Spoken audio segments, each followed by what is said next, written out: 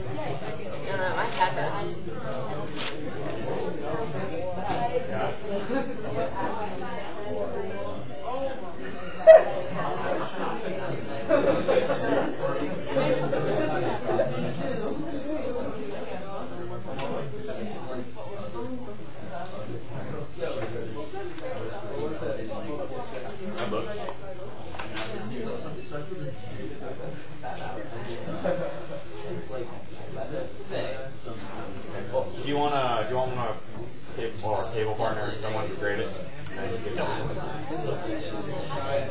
You told me to write my name on the back.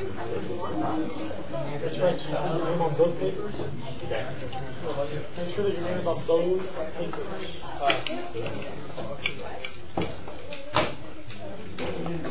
Thank you.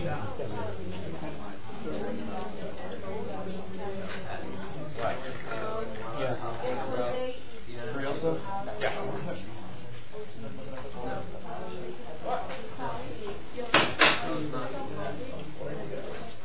Is there a warm-up yesterday? Yesterday?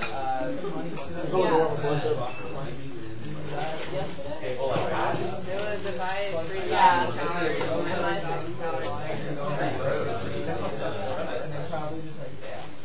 Wait, so what was the one? It was, if I ate 3,000 calories yesterday, does this mean I am 3,000 calories bigger? Why? Oh, right. Yesterday was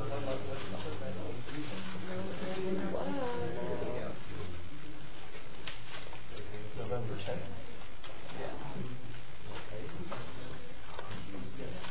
Special day? Right on.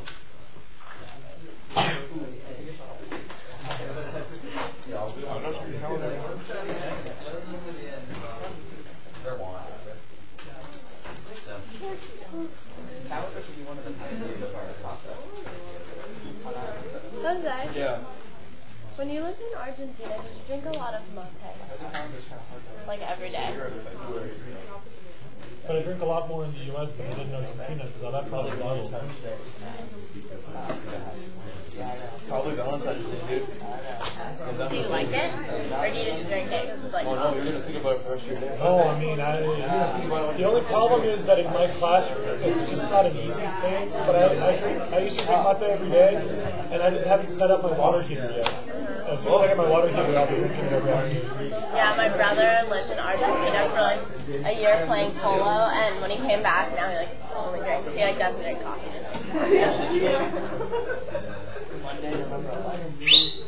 I'm hoping everyone's completed the warm-up because today's going to be kind of hectic. Take out your 3.5 so that Jack can stamp it. And then get ready for pain because we're going to rush through 3.4 and 3.5.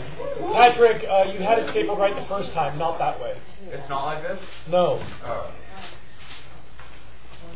You had it right the first time. Just stack like that, yeah. That's all. Great. Are you ready to sing?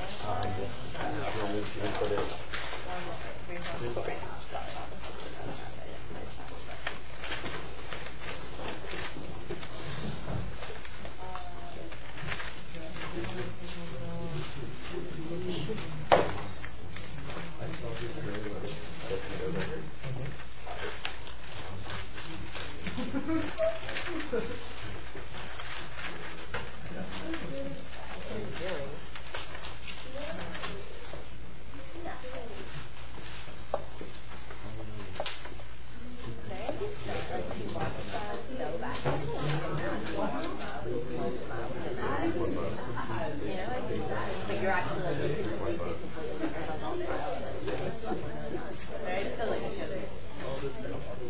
That's what you do too, yo. You know, like doing that like stupid face with you, but you're fine. Hey, you skipped me. Hey, Jack, you skipped me. go like this.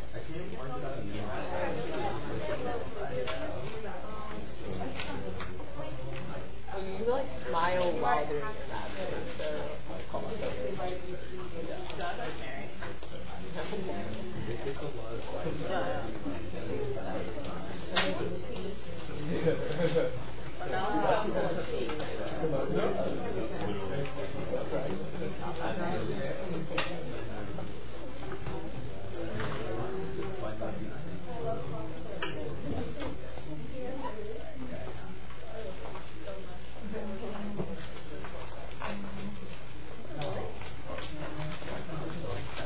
Sorry. We've been going to Sky High Saturday night.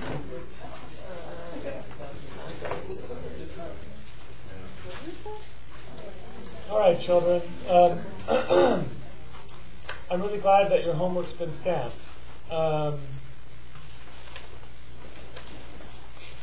First of all, I think I told you that the first report card of the year is a joke. Yeah. That your parents got it. My parents didn't think it was a joke. Yeah.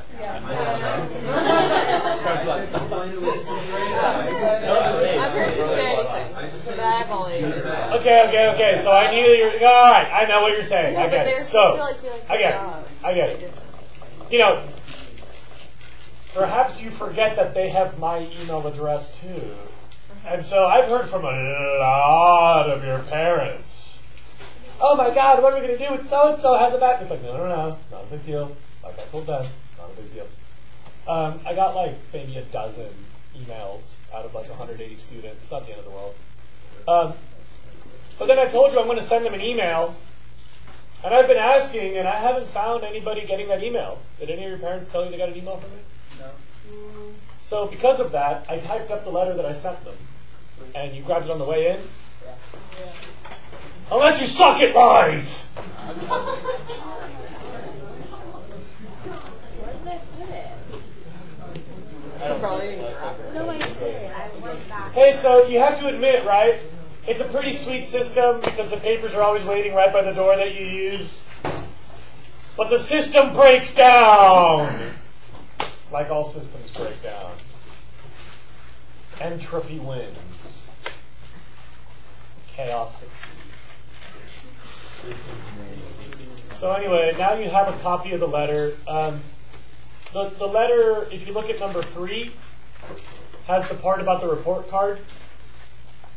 The number 1 is just a reminder so that they always have my contact info.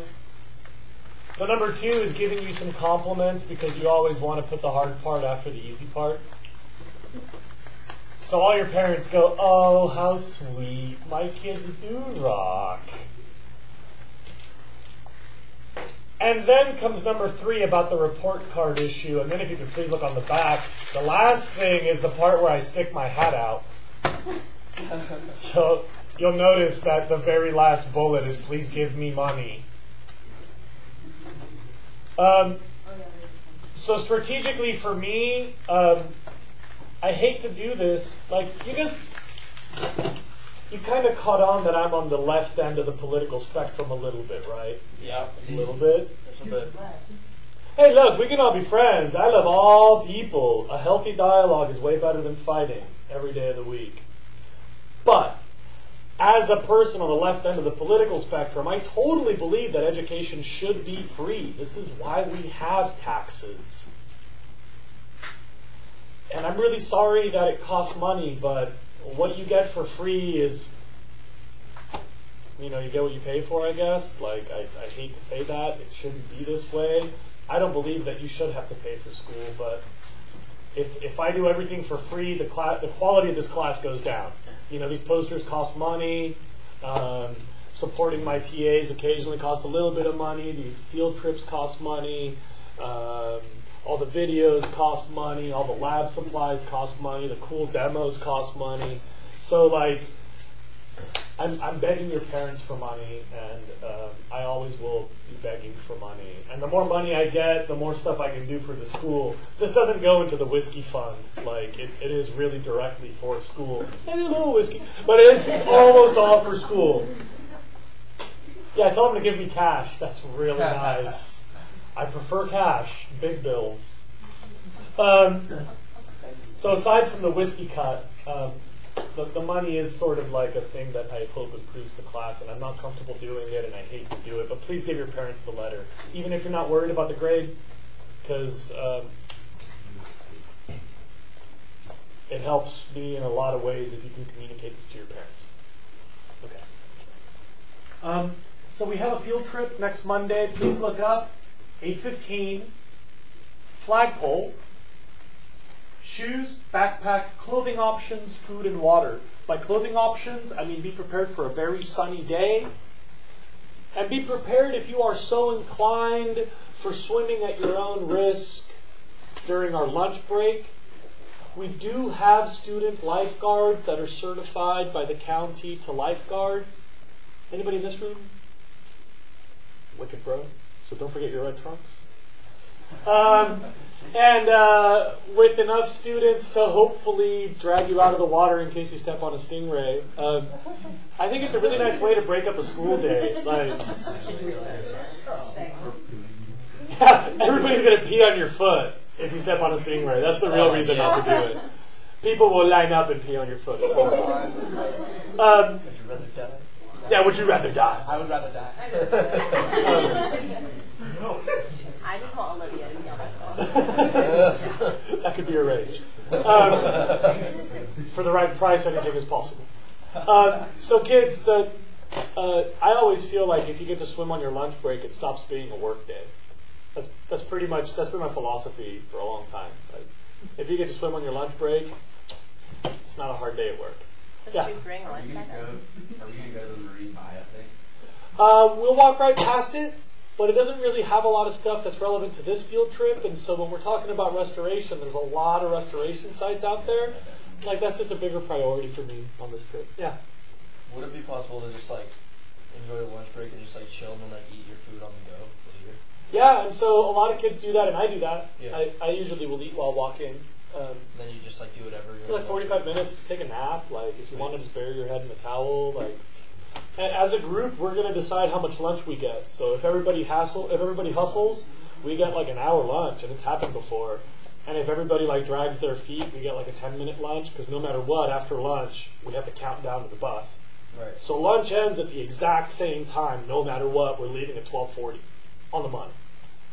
So if we get there at noon, it's hey, 40-minute lunch. And yeah, it's a great chance to chill and you get lunch at school, so I don't feel bad taking a little time out of the field trip to have lunch out there. And I don't know, it's a good day. I hope you all can go. Yeah. It's just you and all your kids. There are adults on the scene because it's not recommended that teachers have that many students with a single grown-up. And so I have like adults that we're going to run into out there, but between stops, we'll probably just be meeting together. All of you. About 150, it looks like, 160. Hey, Jose. Yeah, it's so hard for me. And then I have a meeting at 4 p.m. tomorrow, and I told the lady, like, please don't make me meet this Monday. And she's like, no, 3 months, let's see what time we can do it. And I was like, all right, fine. So I had to go to this meeting afterward, and I'm not looking forward to it, because usually at the end of this field trip, I'm like, cashed. All right. It's harder than running a marathon. Okay. Let's do thermodynamics today, and we're going to rush through 2 whole assignments. We're going to do 3.4 and maybe even 3.5 today. I'm hoping everybody's on their game because it's a lot of stuff to talk about. So, vocab on 3.4.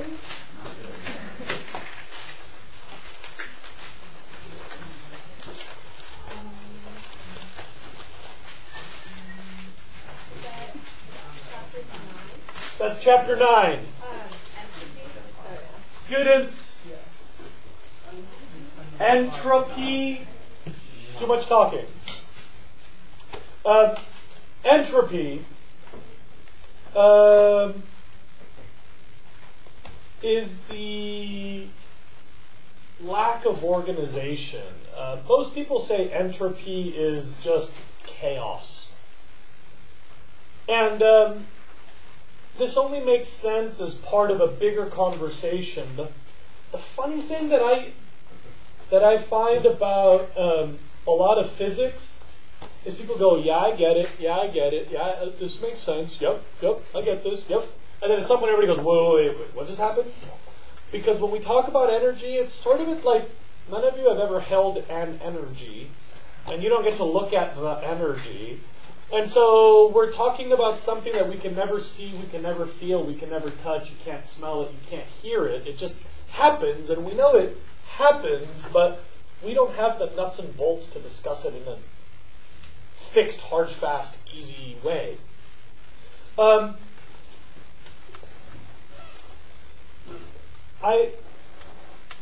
I know that it's not obvious, I know that it's not simple, but entropy is basically the lack of organization. And the part that this fits into best, like if you haven't had a good background in physics, there's one really important context to use this word. In our universe, all energy is going from focused, high quality, and concentrated to unfocused, low quality, and diffused. In other words, entropy is winning. Order breaks down. The funny thing is, there is no system in our universe that inherently creates order without using energy. So organization breaks down and energy quality goes downhill. And these are some of the ways in which entropy becomes a bigger part of your conversation later in the class. Other vocab I can help you with? This is me trying to be helpful. Other vocab? Going once, going twice. Next. Yesterday's warm-up was Calories. I ate 3,000 calories. Does that mean I am now 3,000 calories bigger? No. Everybody says no, huh? Well, it's energy, right? It's a measurement of energy. Was I ever 3,000 calories bigger? Like right after I eat the burrito? Haven't I gained a burrito? No. Well, you gain the mass, but not the energy. Like, physically. Like, Calories like how long? oh yeah. Calories, not like You get the mass from the weight or burrito. size. wants to tell me what happens when I eat a 3,000 calorie burrito? Like I'm about to right now. 3,000. No, I don't think so. Yeah. So like, But I wish. you gain like however much mass the like burrito was, but like in terms of calories, like doesn't your body start using it like right away? Like Body starts using it? it starts digesting right away, which uses like previous calories. Okay, so what if I eat a 4,000 calorie burrito? Am I going to gain anything? Well, yeah. Like weight-wise, what do you mean? Well, what am I... I'm asking the questions here.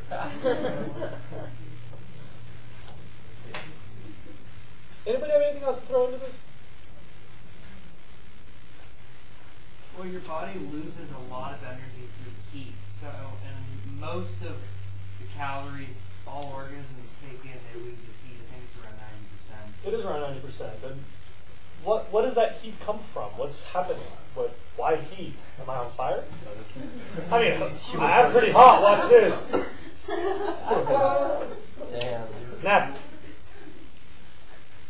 Like, what's up with that heat? What are we talking about?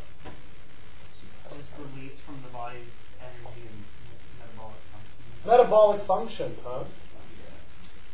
Who else? So I said digesting. Right? Digesting. The metabolism does. So look, a shark could eat me right now. Or I could eat a burrito and then the shark eats me. Right after I eat the burrito, isn't the shark eating Jose plus a burrito? No. Well, yeah. Right after? Yeah. Like when I'm still swallowing it? Yeah.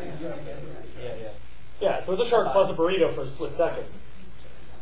But pretty soon, something happens to the burrito. Even before I poop, something happens to that burrito. Starts being like broken up by the stomach acids. Starts being broken up, and then what? Nutrients out of it, and then what? Creepiness? Yes? Like cruises, you said? Cruises? I think everybody's kind of on the right track, but I want to take a side trip for a minute. Let's imagine that I sell burritos. So the burrito I'm about to eat for breakfast, I got to stop talking about this and just eat it. The burrito that I'd like to eat for breakfast, if I could please eat my burrito. Imagine that I sell it to Alessio for $10. Oh, I'd buy it. Yeah, he's a sucker. He'd pay $10 for it. If Alessio pays me $10 for the burrito, have I made $10? Minus the food cost, which is probably like $3. I mean, I got $10 in my pocket. Didn't I just make $10? I gave him my burritos.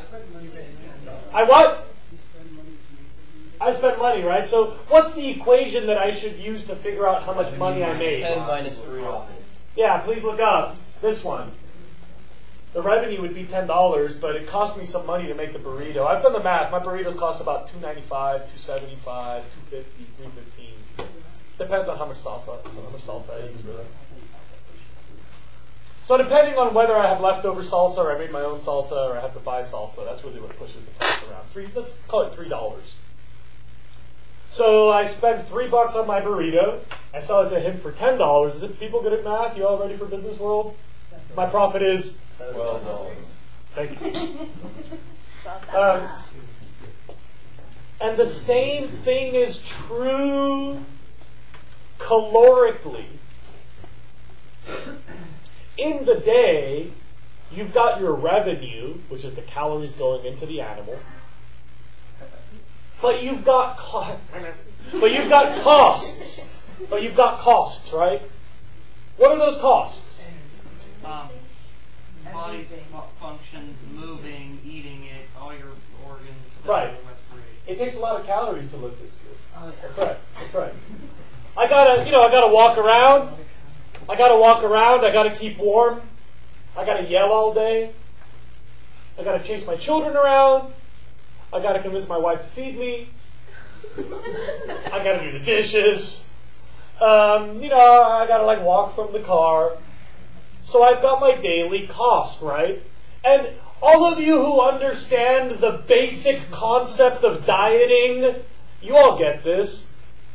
Like, a diet means you want to lose money in the economic sense, right? Eat less You want calories. to, right, you want to eat less calories than you spend so you can use some of the ones that you've stored, right? Everybody gets this? In a diet, you eat less and do more so you can burn down some of your storage, give up some profit. So we have all of the basics to do this conversation. I have just a couple of study goals to jump over. I don't want to spend a lot of time, and I do want you to ask the questions, because there's just a few things I want to say. You had what, 22 to 28 or something? Is that right? 22 to what? 28? Okay. So the ones that I want to talk about are 23, 24, and 27. I think number 26 we just talked about in discussing the warm-up. So here's your number 23. There's a lot of ways to discuss this conversation about energy and ecosystems. And I have to warn you, it's kind of a crazy rabbit hole in physics to try to get extremely detailed answers to measuring energy. Meaning, the deeper you go, the deeper you can keep going in solving these things. The sloppy topical analysis is this. Please look up. You can call it biological productivity, which means all the sunlight we've turned into stuff. So you've got your sunlight and your raw ingredients, like your ammonium and your phosphates and so on. You take those raw ingredients plus sunlight and you make them into stuff that stores energy. That's productivity. That's what we call biological productivity. And you can measure this in a single human, like, have I gained weight today? You can measure this in a single plant, like, did your plant grow today? Or you can measure this in an entire ecosystem. Is this a productive system or not? You guys all know that in the winter the days get shorter and the plants slow down and they stop growing and sometimes the leaves die. That's negative productivity. They're holding less energy day after day after day. That makes sense, right? There's less stuff that has energy in it. We're okay with this? And then in the spring, when the days start getting longer and longer and the temperature goes warmer and warmer, the plants get all excited and they start to grow and you look and it's like, wow, that tree looks nice and big and full because it's gained weight. It's put on some pounds. That is biological productivity. It's made more raw ingredients and sunlight into energy storage compounds. So we call that biological productivity. And you know that profit means net productivity, right? Gross minus utilization equals net. Just like revenue minus cost equals profit, same concept. So Jose eats 3,000 calories. He uses 2,800 calories. So he's gone up by 200 calories. Everybody cool with that? Net productivity? You can call it biomass. Like, one really good way to measure all of your energy dynamics is just step on the scale at the same time of the day, right? Everybody knows this one. Because everybody's had some knowledge of diets, even if you don't do that sort of thing, which you really shouldn't. You guys know that diets are bad for you? Diets make your body think that you're starving. So most of the time when you diet, your body goes, holy crap, there's no food around? And your body flips a switch. So as soon as you start eating normally, your body goes, oh, thank God, and then you gain all the weight back plus some. Because your body thinks that you're starving, so you better tank up for next time. Isn't that weird?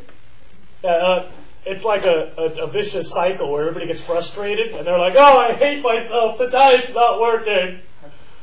And then usually we therapeutically eat to make ourselves feel better. And then we really hate ourselves, so then we try even harder to kill ourselves with a burlier diet. Don't do this. It's not good for the animal. Yeah. There was a guy who weighed like 300, 400 pounds, and he just stopped eating for a year, and he went down to like 180.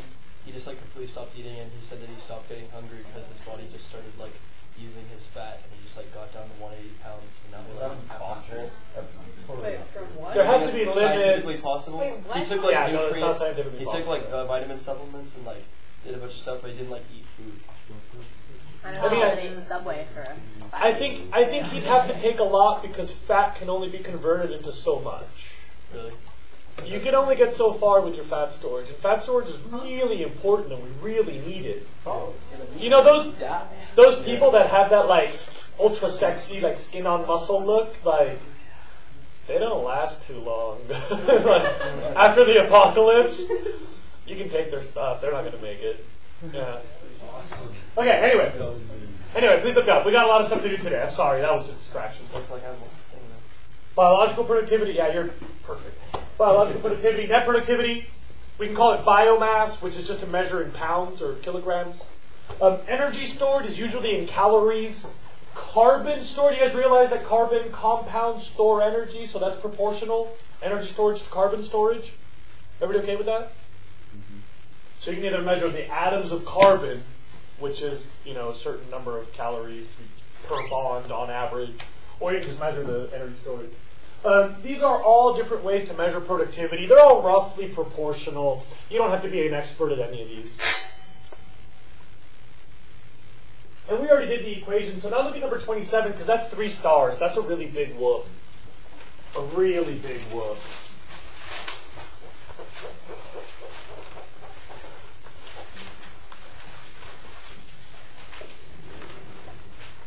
First of all, you know that all ecosystems on Earth, ultimately speaking, depend on sunlight. Everybody knows that, right? Because you turn the solar energy plus the raw ingredients into large compounds that store energy, and those work their way up the food web, and everybody's heard about this already, right? So, check this out. We've got our sunlight and raw ingredients down below. And in most ecosystems, please look up, if you measure the producers, primary consumer, secondary consumer, and tertiary consumer, you just go out into the park and you measure all the plant energy, and then you measure all the energy in crickets, and then you measure all the energy in mice, and then you measure all the energy in snakes, or you could say kelp, zooplankton, small fish, predatory fish, large fish, whatever you want. You'll usually get a pyramid like this. 100,000 calories of grass can only allow about 10,000 calories of crickets to survive. And those 10,000 calories of crickets, they're turning over, so some of them are dying, some of them are being born, but as the crickets are eaten, that only supports about 1,000 calories of rodent, which only supports about 100 calories of snake. And my question to you is, why is it a pyramid? Why isn't it a big rectangle? Doesn't 100,000 calories of grass become 100,000 calories of cricket? Where does this stuff go? Teeth. Yeah. We gotta chase the prey and stuff too. Yeah, exactly. It's spent. It's cost. Cost of doing business. Cricket's got stuff to do. But what does grass have to do? Well, nothing. So you'll notice that you don't see loss from the ecosystem to grass. We start with productivity. It's called primary, as in primero, like the first step. The cricket has to do cricket stuff. They got to run around, and they got to chase other crickets, and they have to run away from the mice, and they have to get over to the grass. Yeah, sure. They got to make that cute little sound.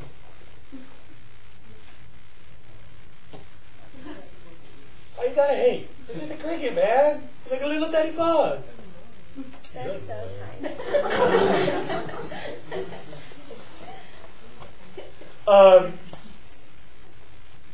Yeah, that's right. It gets spent, they use it, they got to be a cricket. And on average, and this is just a really sloppy average, please look up, if you were to measure, like I got to tell you that this is an asterisk, okay? So like you guys want to be nerds, catch this detail.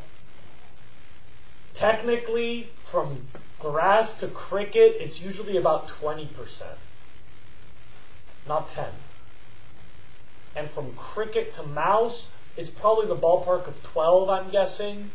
But from mouse to snake, because the snake is a predator, my hunch is that that's below 10. Just so you know, these conversions tend to be a little more efficient than 10%. And these tend to be a little less efficient than 10%, just so you know. But as a rough number that we can all work with, because it's easy for the math and it's a pretty close global average, the rough number, the estimate, just so you know it's not exactly accurate, but the rough estimate is usually 90% loss as heat, 10% stored as biomass.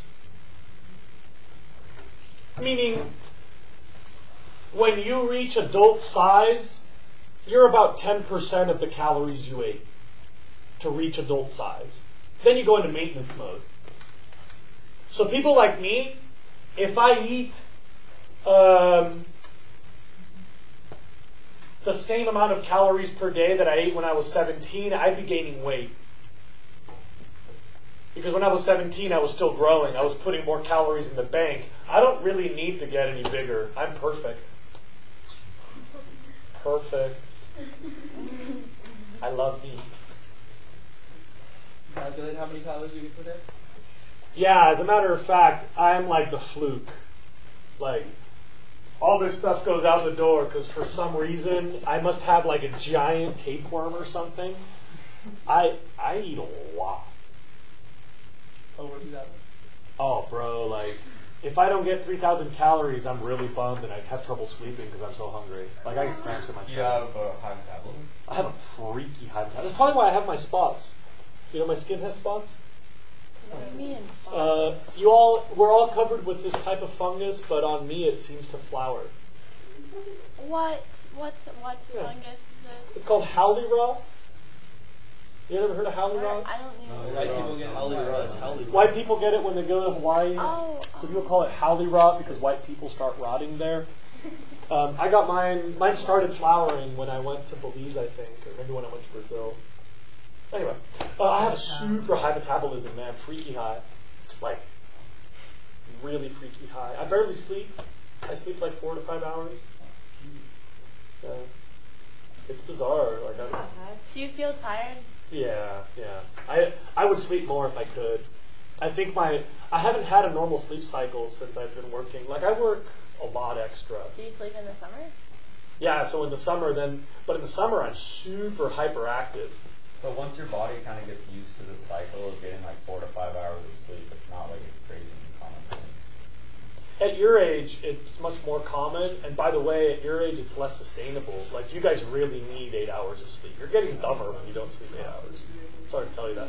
That is your guys' fault. That is- It's homework. Yeah, homework's solely, you are solely responsible for Sure, we'll dumb it down for you. You can take all AP classes. Don't worry. We'll just give you an A for sitting there. No, it's not like if it was just homework, but like they like expect I you to do like don't want to extracurriculars hear and this. sports and You know, bro, it takes 2 to tango. You also expect yourself to do that crap.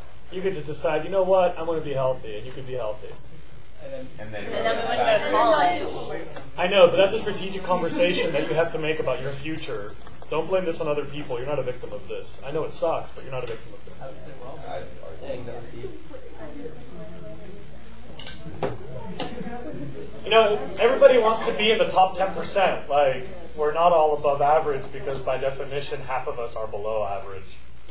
But you look around and everybody's like, no, but I'm above average. And everybody's like, yeah, I want to do this. And so everybody just like charges ahead and then they don't get enough sleep.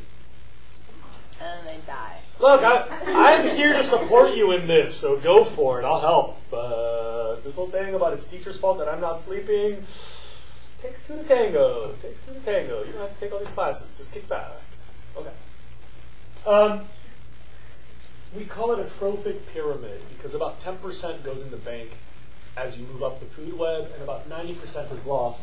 You'll notice green went in the bank because it's productivity, and red went out the door because it's heat. It's called a trophic pyramid, as in the pyramid of eating, like trophy is to eat things. And if you take the global average of input to output, it's usually about 100 calories in to 10 calories stored, or about 10%. That's what we call our average trophic efficiency. But you have to understand that that's just a sloppy average. So cows, they're lower than that. because herbivores aren't that efficient, and to run a big old mammal on just grass is not optimal. So cows are about 5%.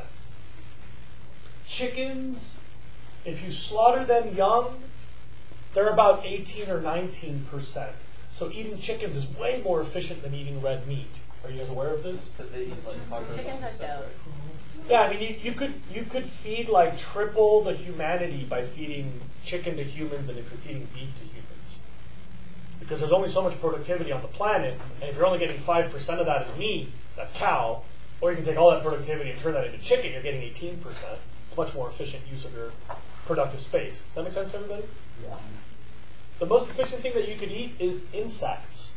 And by the way, you can all go, and don't worry, your children will grow up eating insects. It's bound to happen.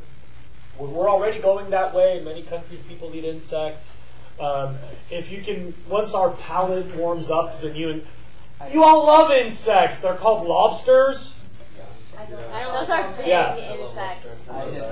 Oh, so you'll only eat the big insects? Yeah. I'll remember that. Yeah. Those are the big ones. Locusts are a pretty good source of protein, actually. Locusts. Yeah, absolutely. Yeah, Even go ahead. you, Yes. Go ahead, Patrick. Oh, there's this new workout protein powder that's made out of insects. Yeah, and it makes perfectly good sense because it's a great way to get your protein. And, you know, It's super cheap to make. Instead yeah, of, like, exactly. And it's more sustainable. By the way, it's more sustainable. What insects do you suggest? Whatever you can get. Yeah. Are lobsters actually insects? Because Yes. everyone calls them bugs, but like, what are they actually? They're, arthropods. What are they closest related to? Crickets. Spiders. They're They're like a different. cricket, like stir fry type. Okay, They great. taste different. Yes, they do because they're bigger. So, All right. Hey, kids. So many interesting conversations. It's distracting me to try to fuel them all. But as much as I want to have these conversations, I also got to move on with the content. Can I help anybody with 3.4? Because there's a really critical part of 3.5 that gets us ready for the field trip. Anybody else with 3.4? Whatever you need from 3.4, this is the time. Jesse? Hold on. 2 questions.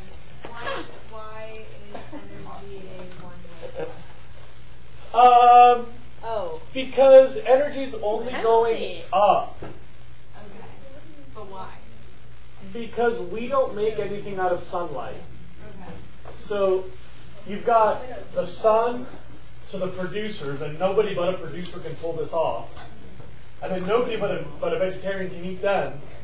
And so these are like one-way streets because you don't see grass eating cows very often. It's clearly the other way around. Okay. Anybody else?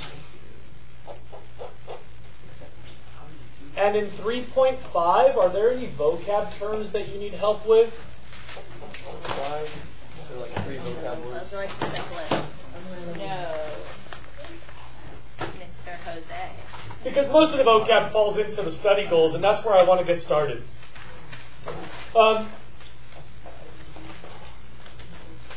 You all know that I'm a big wimp, and that I really like nature the way it was before humans came along. And you all know that environmentalists have this romantic nostalgia for intact wilderness. Some of us like to go play there. Some of us like to go eat there. Some of us like to throw Harrison out the door when he talks too much.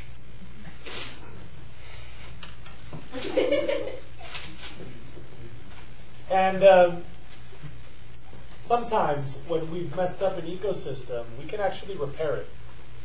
It's called ecological restoration, to fix up things that were messed up.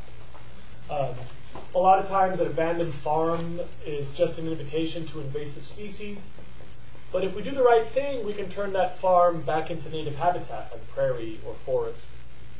An abandoned construction site is just an invitation to invasives. But if we do the right thing, we can actually make that back into intact environment. And it's a little bit trickier than we thought. We learned a lot from Mount St. Helens. Mount St. Helens blew in early 1980s sometime. It's a volcano just north of the Columbia River. It's either that one or over here. Anybody know which one of those? Maybe from Washington, am I pointing in the right neighborhood roughly? Fine.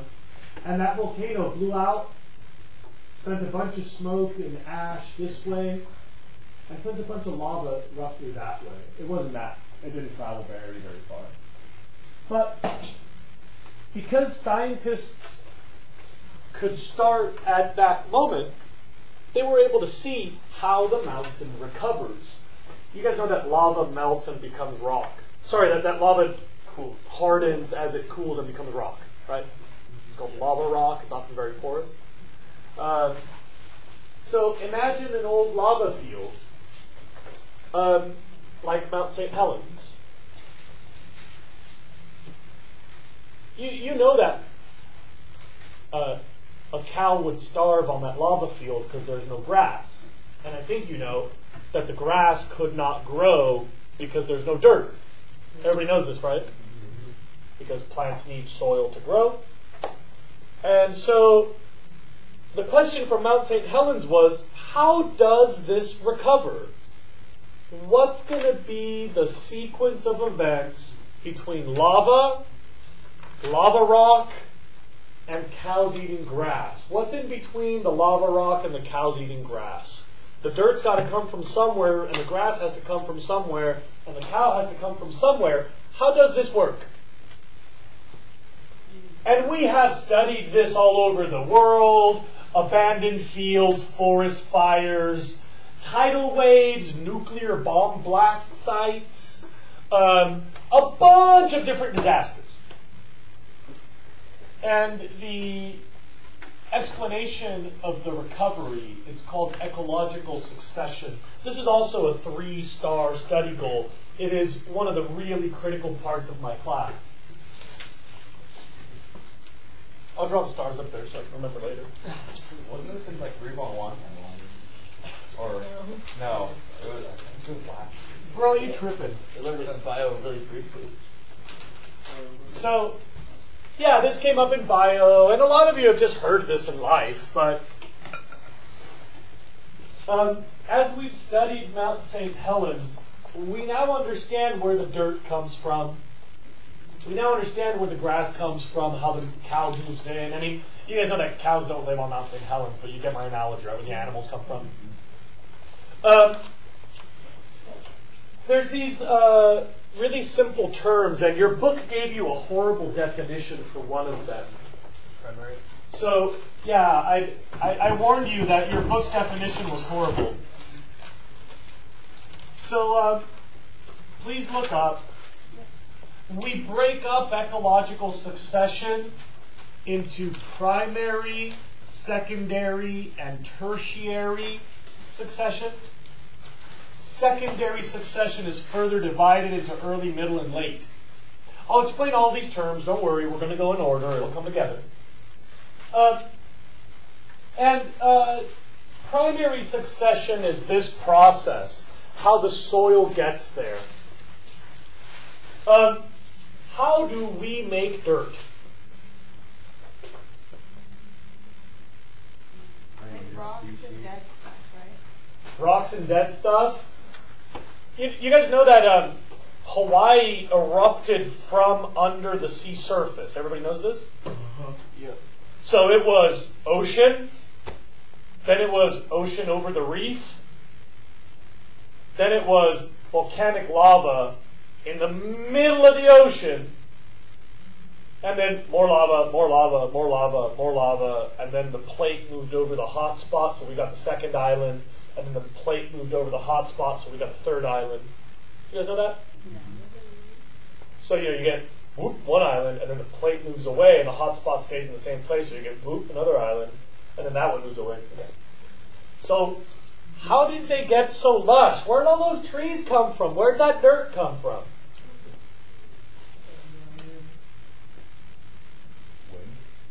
I have some ideas. And I gotta tell you a story about my composting toilet. For about 11 years, I lived in the mountains above Santa Barbara on West Camino Cielo, where Lizard's Mouth is, above the San Marcos Trout Club. Yeah, on the road to the shooting range. Nice. And I lived on that road for 11 years on a property that had been abandoned. For the first 2 years, I lived inside of a shed. Then for the next 6 years, we added a second shed. Just you Buy and the your wife? property, you just squat there. Then I built a giant geodesic dome and bought the property. Lived in the dome for a few years, and then I just sold the property last June. I know where you live. That's really weird. I feel like I know I've seen that exactly before where that too, is. yeah. Wait, I feel like I've seen that. There's a few domes. There's a few domes. So you're driving on the road to the shooting range and it's like, Left or you come right? out of the forest kind of? Not exactly. So I feel like it's I know. right on the bank of Highway 154. So it's over Hidden Valley Ranch. When you drop into the old San Marcos Trout Club, if you look straight ahead where the road goes, and you get that like stomach churning drop-ins moment. If you look straight ahead, All that stretch around. there's a little green dome. I built that. Okay. So it's just you and your wife? Yeah, I gotta rush. My children were both born there, and then we left. Okay. In the dome, we didn't have a normal septic system. So for many years, we used this thing called a composting toilet, which is a regular toilet seat and a regular toilet lid, and the inside is like a barrel drum with like a trap door. The door's open when the drum is sideways, so you poop into like the side of a bucket. And then it has a handle that you crank. You don't have to touch anything. You turn this handle, and that drum spins. You know, the door closes as it rotates. So you just shuffle the turds. You have to like manage the material in there, so you add peat moss or wood shavings or ashes depending on the outcome. And then once a week, you spin the drum in the opposite direction and it fills a drawer. So it has an aerobic chamber on top and an anaerobic chamber on the bottom, because you guys realize that's important for decomposition of nitrogen compounds, right? Aerobic and anaerobic bacteria for the denitrification. We talked about this. And so after it's been sitting in the drawer for a week, it's dried out, it gets crumbly, the bacteria do their thing, and you pull out the drawer and you've got dirt. You're not supposed to grow carrots in that because it's poo-poo touching your food. But you can like use that to fertilize trees and stuff. And so we would just feed it to our pine trees and our oak trees. We never put it into our food stuff because we didn't need it. But we were making dirt.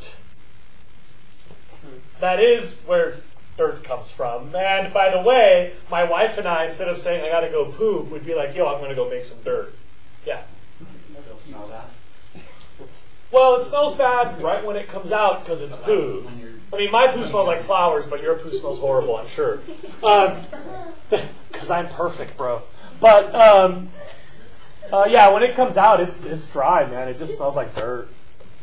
Yeah, sometimes, to be honest, the funk happens, and like, it's a biological community in there, so every now and then things get off.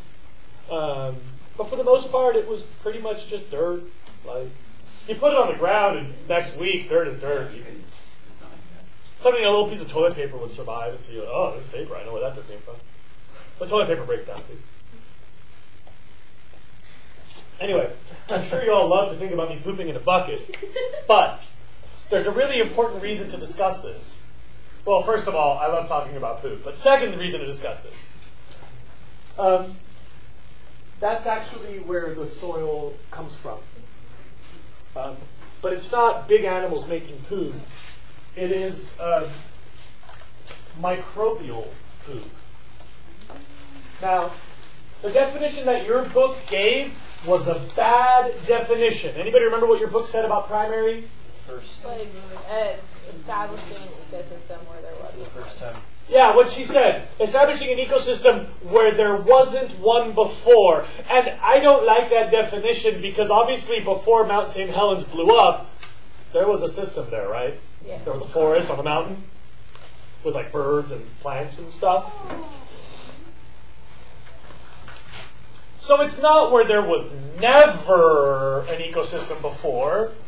It is instead establishing soil where soil has been lost.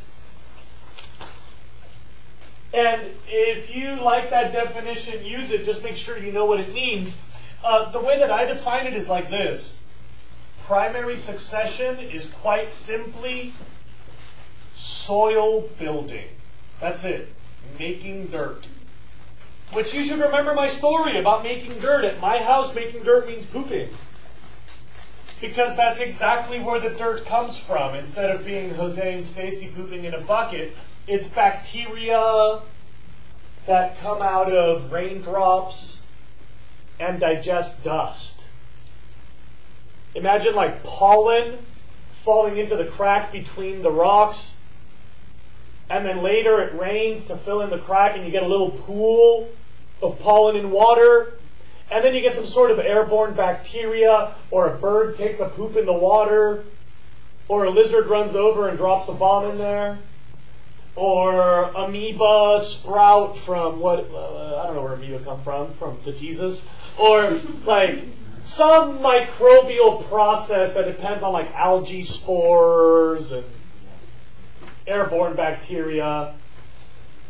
Imagine how long that must take. You know, bacteria is invisible with the naked eye, and then it's going to decompose into something even smaller. So please keep in mind, this is very slow.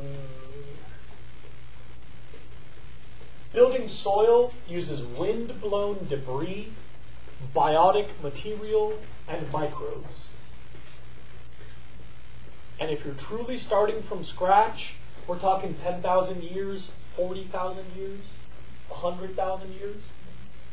Hawaii, being so far from a source of dirt, being so far away from a source of bacteria, Hawaii was probably a barren rock for 100,000 years maybe, before there was enough dirt to support a plant. So you're saying it's biotic material. Wind-blown debris. And the activity of microbes over and over and over as water comes in and water evaporates and water comes in and water evaporates and water comes in and water evaporates. The definition of Microscopic life. Bio parts are living things, and micro like small stuff. All right.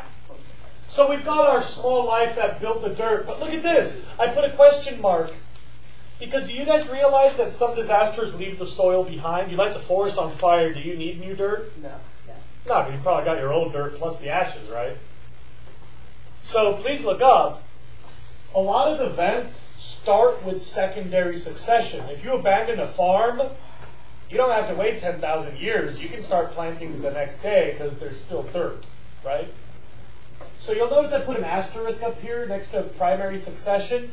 That's because it's not always required. After a volcano, you've lost your dirt. Well, damn right. After a fire, if you get gnarly erosion and you get down to bedrock, you're going to have to wait a long time. After a nuclear blast that evaporates all the soil, you're going to have to wait a really long time. But after a fire, after a flood, life starts tomorrow. Because you still have your dirt. Everybody cool with that? Okay. Secondary succession, please look up, is the establishment of a plant community. And that's broken up into early, middle, and late. And you can probably just figure it out from my notes. Early is weedy, fast-growing, hardy, usually generalists. These can start from scratch. They'll live anywhere. So even if your dirt is hot and dry and nutrient poor, some sort of weeds will grow there, right? You guys have seen that there's weeds that can start in like a crack in your sidewalk where there's nothing?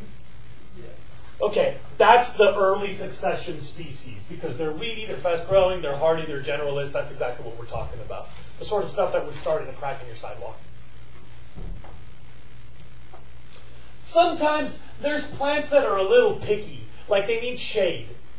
Or maybe they need a certain soil depth because they have deep roots. Or maybe they're picky because they need a certain nutrient.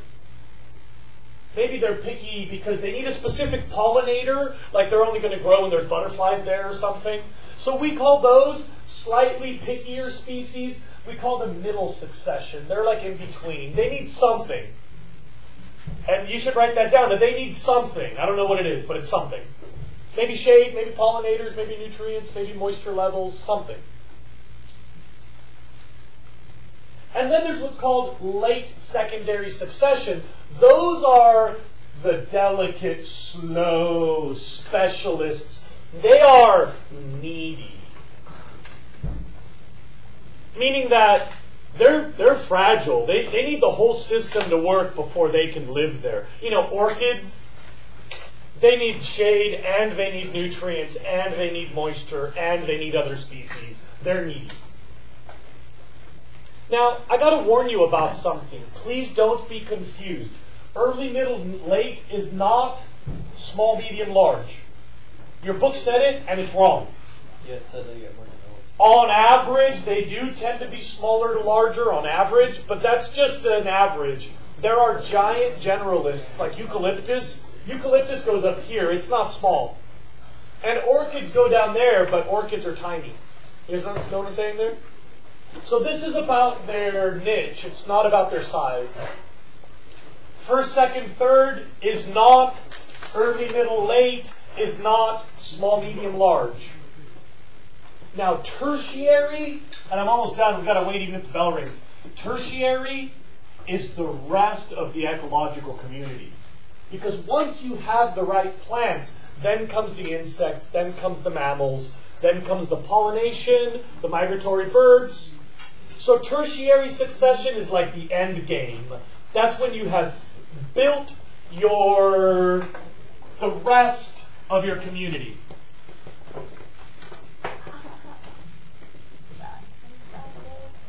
And the last word is after everything is there, when you've got your dirt and you've got your plants and you've got your bugs and you've got your mammals and you've got your birds, we call the final perfect state the climax state, which means everything is intact as if it had never been disturbed. Hey, thanks for staying. We're ready for the field trip. We just did climax day. I'll see you guys on Monday at the flagpole, 8:15. See you Monday. Hey, Jose, during succession, biomass diversity goes up as time progresses? Yes. Jose, I have this for you. You're welcome. Obviously, you don't have to.